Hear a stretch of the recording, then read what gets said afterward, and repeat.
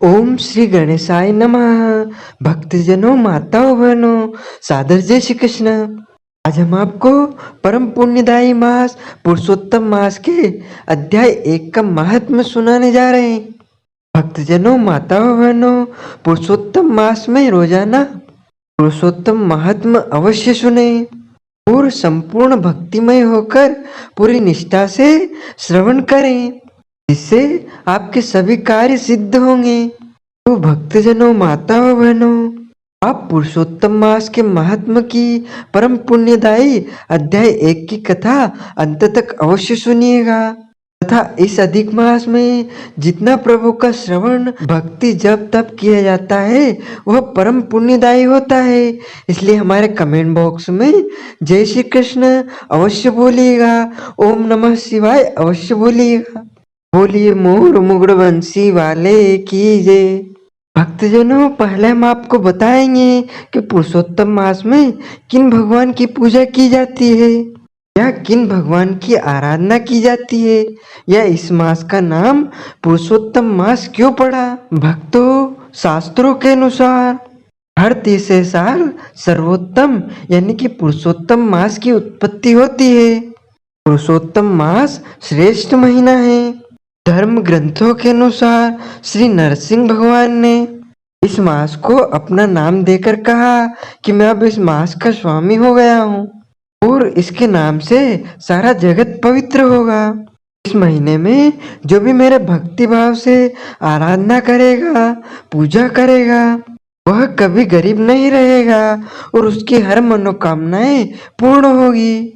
इसलिए पुरुषोत्तम मास को परम पुण्यदायी मास यानी कि भक्ति भाव से जो कोई व्यक्ति मनुष्य भगवान की जब तब आराधना करते हैं उसकी सभी मनोकामनाएं निश्चय ही पूर्ण होती है। पुरुषोत्तम मास के दौरान जब तब दान से अनंत पुण्य फलों की प्राप्ति होती है।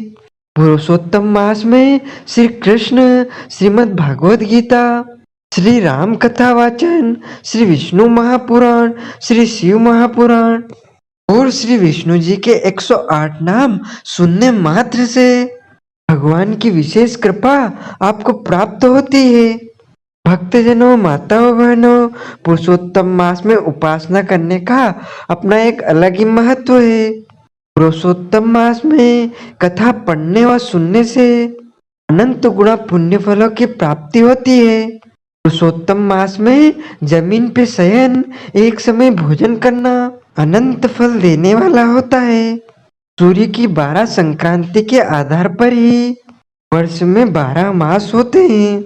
प्रत्येक 3 वर्ष के बाद पुरुषोत्तम मास आता है। पंचांग के अनुसार समस्त तिथि वार योगकरण नक्षत्र के अलावा सभी मास के कोई न कोई देवता स्वामी है, किंतु पुरुषोत्तम मास का कोई स्वामी नहीं होने के कारण सभी मंगल कार्य, शुभ एवं पितृ कार्य, विवाह, गृह प्रवेश या किसी भी नए काम को शुरू करना वर्जित माना जाता है। दान धर्म पूजन का पुराणों तथा शास्त्रों में बताया गया है। यह मास व्रत उपवास दान पूजा यज्ञ हवन जप तप और ध्यान करने से मनुष्य के सभी पाप कर्म क्षय होकर उन्हें कई गुना पुण्य फलों की प्राप्ति होती है। पुरुषोत्तम मास में आपके द्वारा दान दिया गया 1 रुपया भी 100 गुना फल आपको देता है। इसलिए अधिक मास के महात्म्य को ध्यान में रखकर पुरुषोत्तम मास पुण्य दान का बहुत महत्व रखता है। पुरुषोत्तम मास में भागवत कथा, श्री विष्णु महापुराण की कथा पर विशेष ध्यान दिया जाता है। धार्मिक तीर्थ स्थलों पर स्नान करने से आपको मोक्ष की प्राप्ति तथा अनंत गुणा पुण्य फलों की प्राप्ति मिलती है। पुरुषोत्तम मास का अर्थ जिस मास में सूर्य संक्रांति नहीं होती है वह अधिक मास कहलाता है। इसमें खास तौर पर सर्व मांगलिक कार्य वर्जित माने गए हैं, लेकिन इस मास को धर्म कर्म के कार्य करने में बहुत ही फलदायी माना गया है। पुरुषोत्तम मास में किए गए धार्मिक आयोजन पुण्य फलों की प्राप्ति के साथ साथ यह आपको दूसरे मासों के अपेक्षा करोड़ों गुना फल देने वाले माने गए हैं। भक्तजनों, पुरुषोत्तम मास में दीपदान, वस्त्रदान, भोजन करवाना और भगवान विष्णु जी की कथा करवाना, यह श्रीमद् भागवत गीता दान करने का विशेष महत्व है। पुरुषोत्तम मास में दीपदान करने से धन वैभव में वृद्धि होने के साथ साथ आपको पुण्य लाभ प्राप्त होता है। भक्तजनों, पुरुषोत्तम मास में भगवान विष्णु की पूजा के साथ साथ ही विष्णु महापुराण की कथा, श्रीमद् भागवत गीता की कथा, श्रीमद् भागवत पुराण जरूर सुने। भक्तजनों, यह सब शुभ फलदायी होते हैं।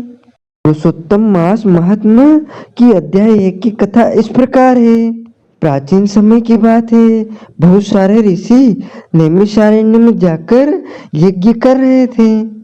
उसके पश्चात श्री सूत जी तीर्थ यात्रा के निमित्त भ्रमण करते हुए अपने शिष्यों सहित वहां पर आए। मुनियों को देखकर नमस्कार करके आनंद मग्न हो गए। वल्कल वस्त्र पहने, चेहरे पर प्रसन्नता, परमार्थ में निपुण, चंदई से शोभायमान, तुलसी की माला जटाओं का मुकुट धारण करे हुए, महाशरणम इस अद्भुत मंत्र को जपते हुए सूर्य को देखकर नैमिषारण्य के महर्षि लोग उठकर खड़े हो गए। मुनियों ने हाथ जोड़कर कहा कि हे सूर्य जी, आप चिरंजीवी भगवान की अद्भुत कथाओं को सुनने की इच्छा है। तब सूर्य जी ने प्रसन्नता से सब ऋषियों की ओर हाथ जोड़कर नमस्कार किया। हम लोगों ने आपके लिए योग्य सुंदर आसन लगाया है। हे महाभाग, आप थके हुए हैं, यहाँ बैठ जाइए। ऐसा सब ब्राह्मणों ने कहा। इस प्रकार बैठने के लिए कहकर जब सब तपस्वी और समस्त जनता बैठ गई, तब विनय पूर्वक तपोवृद्ध समस्त मुनियों से बैठने की अनुमति लेकर प्रसन्न होकर आसन पर सूत जी बैठ गए। तदंतर सूत को सुखपूर्वक बैठे हुए और श्रम रहित देखकर पुण्य कथाओं को सुनने की इच्छा वाले समस्त ऋषि यह बोले, हे सूत जी, हे महाभाग, आप भाग्यवान हैं। भगवान व्यास के वचनों के हार्दिक अभिप्राय को गुरु की कृपा से आप जानते हैं कि आप सुखी तो हैं। आज आप बहुत दिनों के बाद कैसे इस वन में पधारे, आप प्रशंसा के पात्र हैं। हे व्यवशिष्य शिरोमणि, आप पूज्य है। इस आसार संसार में सुनने योग्य हजारों विषय है, परंतु उसमें श्रेयस्कर थोड़ा सा और सरबुद्ध जो हो वह हम लोगों से कहिए। हे महाभाग, संसार सागर में डूबते हुए को पार करने वाला तथा शुभ फल देने वाला आपके मन में निश्चय विषय जो हो वही हम लोगों से कहिए। हे अज्ञान रूप अंधकार से अंधे हो को ज्ञान रूप चक्षु देने वाले भगवान के लीला रूपी रस से युक्त परमानंद का कारण संसार रूपी रोग को दूर करने में रसायन के समान जो कथा का सार है वह शीघ्र कहिए। इस प्रकार सोनकादिक ऋषियों के पूछने पर हाथ जोड़कर सूत जी बोले, हे समस्त मुनियों, मेरी कही हुई सुंदर कथा को आप लोग सुनिए। हे विप्रो, पहले मैं पुष्कर तीर्थ को गया। वह स्नान करके पवित्र ऋषियों, देवताओं तथा पितरों को तर्पण आदि से तृप्त करके तब समस्त प्रतिबंधों को दूर करने वाली यमुना के तट पर गया। फिर कर्म पूर्वक अन्य तीर्थों को जाकर गंगा तट पर गया। पुनः काशी आकर अनंतर गया तीर्थ पर गया। पितरों का श्राद्ध कर तब त्रिवेणी पर गया। तदंतर कृष्णा के बाद गंडकी में स्नान कर पुलह ऋषि के आश्रम पर गया। धेनुमती में स्नान कर फिर सरस्वती के तीर पर गया।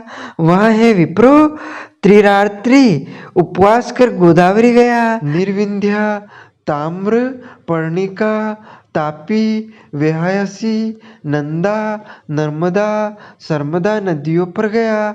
पुनः चरमोन्नति में स्नान कर पीछे से सेतु बंद रामेश्वर पहुंचा। तदंतर नारायण का दर्शन करने हेतु बद्री बन गया। तब नारायण का दर्शन कर वहां तपस्वियों को अभिनंदन कर पुनः नारायण को नमस्कार कर और उनकी स्तुति कर सिद्ध क्षेत्र पहुंचा। इस प्रकार बहुत से तीर्थों में घूमता हुआ कुरुदेश तथा जंगल देश में घूमता घूमता फिर हस्तिनापुर में गया। हे द्विजो, वह यह सुना कि राजा परीक्षित राज्य को त्याग बहुत ऋषियों के साथ परम पुण्यप्रद गंगा तीर गए और उस गंगा तट पर पहुंच से सिद्ध सिद्धि से भूषण जिनका ऐसे योगी लोग और देवर्षि वहां पर आए। उसमें कोई निराहार, कोई वायु भक्षण कर, कोई जल पीकर, कोई पत्ते खाकर, कोई श्वास ही होकर, कोई फलाहार कर और कोई कोई फेन का आहार रहते हैं। हे द्विजो, उस समाज में कुछ पूछने की इच्छा से हम भी गए। वह ब्रह्म स्वरूप भगवान महामुनि व्यास के पुत्र, बड़े तेज वाले, बड़े प्रतापी श्री कृष्ण के चरण कमलों को मन में धारण किए श्री सुखदेव जी आए। उन वर्ष के योगीराज सखा की तरह कंठ वाले, बड़े लंबे चीखने वालों से घिरे हुए मुख वाले, बड़ी पुष्ट कंधों की संधि वाले, चमकती हुई कांति वाले, अवधूत रूप वाले, ब्रह्म रूप, थूकते हुए लड़कों से घिरते हुए मक्षिकाओं से जैसे मस्त हस्ती घिरा रहता है, उसी प्रकार धूल हाथ में लिए हुए स्त्रियों से घिरे हुए सर्वांग धूल रमाए महामुनि सुखदेव को देख सब मुनि प्रसन्नतापूर्वक हाथ जोड़कर सहसा उठाकर खड़े हो गए। इस प्रकार महामुनि द्वारा सत्कृत भगवान सुख को देखकर पश्चाताप करती पछताती हुई स्त्रियां और साथ के बालक को जो उनको चिढ़ा रहे थे दूर ही खड़े रह गए और भगवान को सुख को प्रणाम करके अपने अपने घरों की ओर चल गए। इधर मुनि लोगों ने सुखदेव के लिए बड़ा ऊंचा और उत्तम आसन बिछाया। उस आसन पर बैठे हुए भगवान सुख को कमल की कर्णिका को जैसे कमल के पत्ते घेरे रहते हैं, उसी प्रकार मुनि लोग उनको घेर कर बैठ गए। यहाँ बैठे हुए ज्ञान रूप महासागर के चंद्रमा भगवान महामुनि व्यास जी के पुत्र सुखदेव ब्राह्मणों द्वारा की हुई पूजा को धारण कर तारागणों से घिरते हुए चंद्रमा की तरह शोभा पा रहे थे। इति ब्रह्म नारदीय श्री पुरुषोत्तम महात्म्य ने प्रथमोध्याय हरि शरण। बोलिए शंकर भगवान की जय, पार्वती मैया की जय। अच्युतम केशवम राम नारायणम श्रीकृष्ण दामोदरम वासुदेवम भजे श्रीधरम माधवम गोपिका वल्लभम श्रीजानकी नायकम श्री रामचंद्रम भजे। जानकी मनोहरम सर्वलोकनायकम श्रीशंकरादिसेवितम पुण्यनाम कीर्तनम। श्री राम राम राम राम राम नामतायकम रामकृष्ण वासुदेवा भक्ति मुक्तिदायकम रामकृष्ण वासुदेवा भक्ति मुक्तिदायकम। बोलिए शंकर भगवान की जय, पार्वती मैया की जय, गजानन गणपति महाराज की जय। धर्म की जय हो, अधर्म का नाश हो, प्राणियों में सद्भावना हो, विश्व का कल्याण हो। गौ माता की जय हो, सनातन धर्म की जय हो, नगर वस्ती की जय हो, आज के आनंद की जय हो, कल के आनंद की जय हो। ओम नमः पार्वती पदे हर हर महादेव। भक्तजनों, माताओं, बहनों, आप सभी से अनुरोध है इस ज्ञानवर्धक वीडियो को अधिक से अधिक शेयर कीजिएगा, लाइक कीजिएगा तथा कमेंट में हर हर महादेव, माता पार्वती की जय, ओम नमः शिवाय अवश्य बोलिएगा। आपको और आपके पूरे परिवार को सादर जय श्री कृष्ण। हर हर महादेव।